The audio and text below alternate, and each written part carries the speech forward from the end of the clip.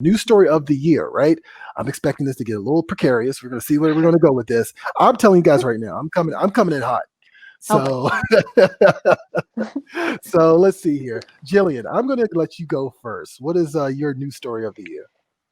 Oh, well, it could have been DC, but that's mostly just been a huge pain in my ass. And it could have been Warren Ellis is a creep. That's news to Mm, nobody. And I think that most of us have, like, we didn't stop selling Transmet, did we? Okay. Um, mm, mm, but I was gonna say this happened like early in 2020, like uh it happened on Twitter, and it was creators talking about pay scale disparity and labor mm, compensation in the comics industry. And that's a big story to me because I think for the first time, or just there's been like an uptick of people actually like communicating publicly about oh, how they get paid, how much work they do, how do you need an agent? Like how do you get an agent? Like how do mm, you actually thrive as a Mhm. human person in the comics industry when you're a creator?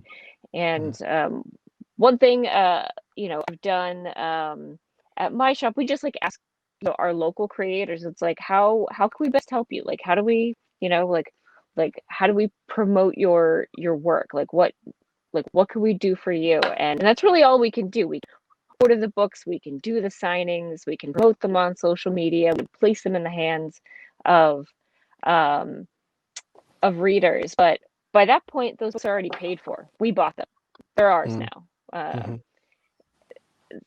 The way that you know comic artists and writers and colorists and inkers like how they get paid, I don't think is a um, like there's no union. It's not mhm, standard across the board across publishers, and some people are getting you know taken advantage of, I would say, mm. and they have no control over the creative work that they do once it's in the hands of other publishers. It's I don't know. It was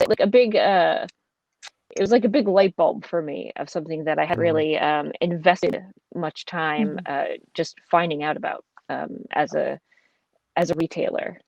mm. No, absolutely. Like, I mean, there's definitely some archaic aspects to how creators are treated in comics. So, and I'm actually with you. I think that was it Kelly Sue DeConnick who started that? Like, I remember seeing like a thread on Twitter that she like started posting about agents at some point in Mhm. time. I can't remember where it started, Yeah, but somebody like put up like a breakdown about like page rates, and which Mhm. was like very telling. And Yeah. this was at the beginning of 2020. I was just sort of into Twitter, Mhm, um, like on a regular basis, and it was just a lot. mhm, I like really value it. Anybody put themselves out there and Mhm. said like, I got a bad deal on this, you know, on this gig I did, or like mhm, like this wasn't Mhm. working for me. I can't survive this way. Like this is what this is how much work goes into a book or a page, and this is how much I'm getting paid for it. It was like the first time I'd seen like actual real numbers before. yeah, Like yeah, yeah. Mhm. Same here. you never see them. Yeah. No, right, right. Yeah, no, I'm with you 100%. Like, it's actually funny you bring that up. Like, yeah, I didn't. I think this wasn't that was an eye-opening experience for me this year as well. So, yeah, Mhm. 100% with you on that. Joaquin, what you got? What's the news story of the year for you?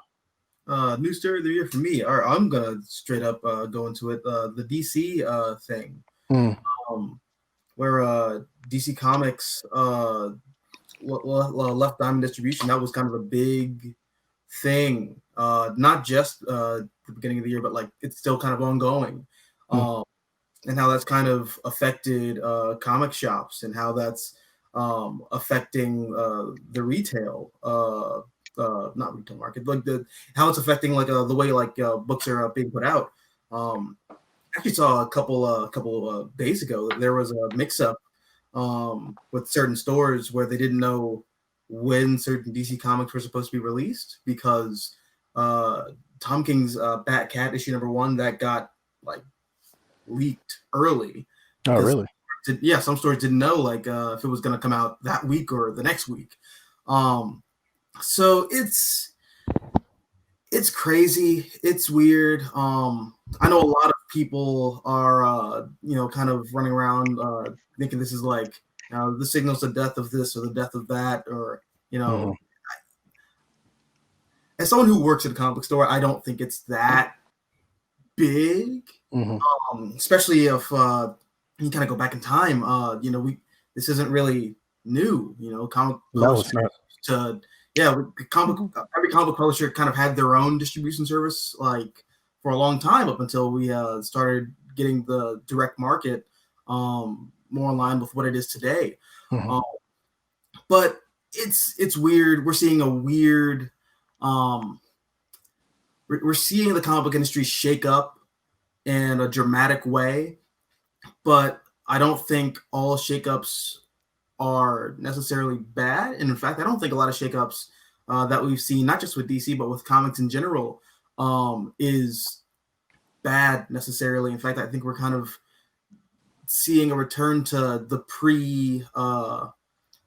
pre-Wortham trial days, which is interesting. But like we're seeing that return in like a modern context, which is, I don't know how that's going to go, but I'm interested to see how that turns out. Okay, yeah, and interesting. I think a lot of people on the edge of their seats, but yeah, I think comics can survive a lot of stuff, so I think we'll be okay. Ashton, what's that? Say it again. We survived book burnings. Come on, we're good. Oh boy. Ashton, what is your news story of the year?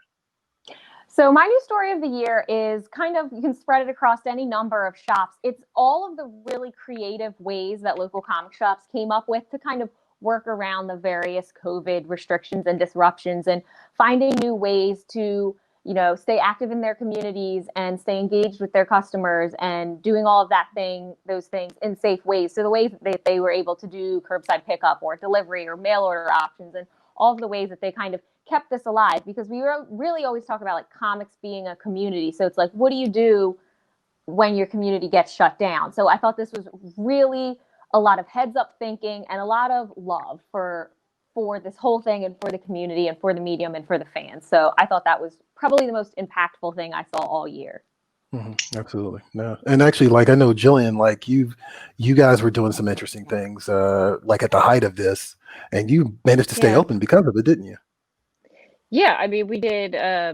We never like fully closed, even if we couldn't have like customers in the building. We were doing curbside and delivery. The point was, we already had this is eBay. I'm sitting in eBay right now, so we like have mail order as a system that's already in place, and we have social media that's already in place. That really helped us like get through, just like having those like lifelines, just like the just like spreading it around, like the diversification of how you get your product and how you get your product to other people. I'm tired, basically. It's been a long year.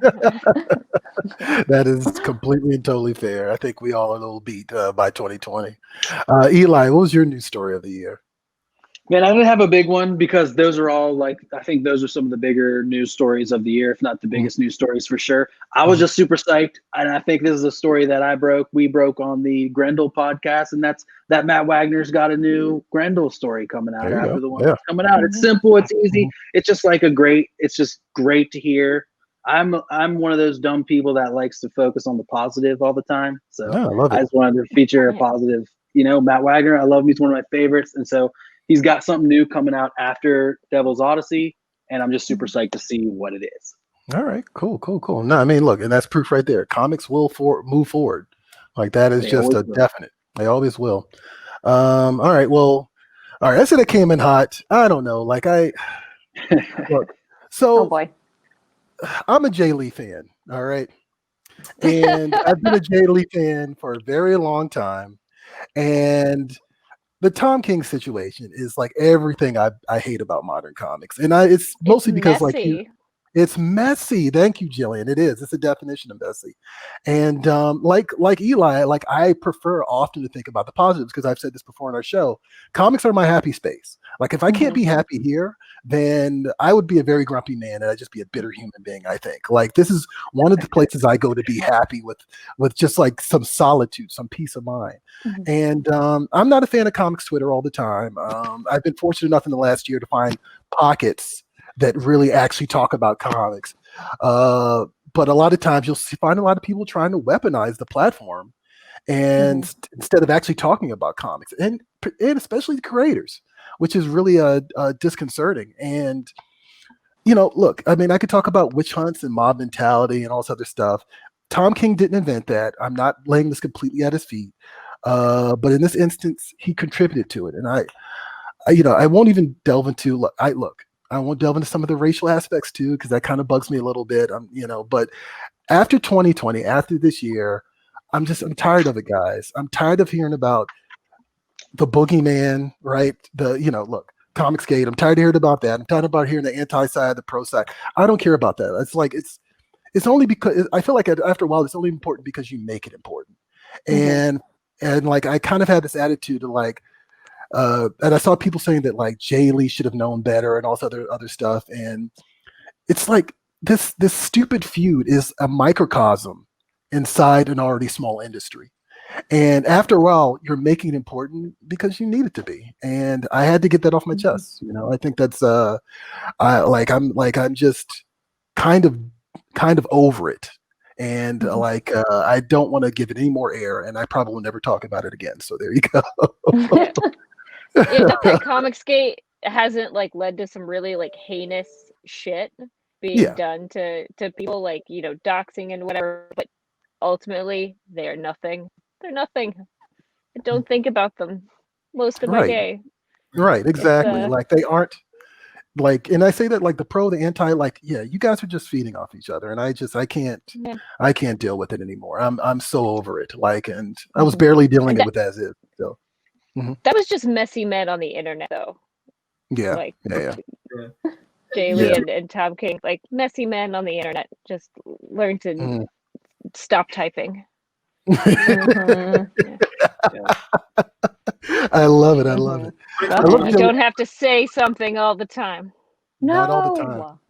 No, you don't. I love Jillian's. What's that? I'm sorry. What did you say, Joaquin? I was just gonna say, like 2021, we should just get rid of Twitter. Just nothing good comes from Twitter. Just nuke it from space at this point. Yeah. Like, why not? Don't forget that you can catch Previews World Weekly streaming live every Wednesday at 4 p.m. Eastern, 1 p.m. Pacific at Previews World on Facebook, YouTube, and Twitch.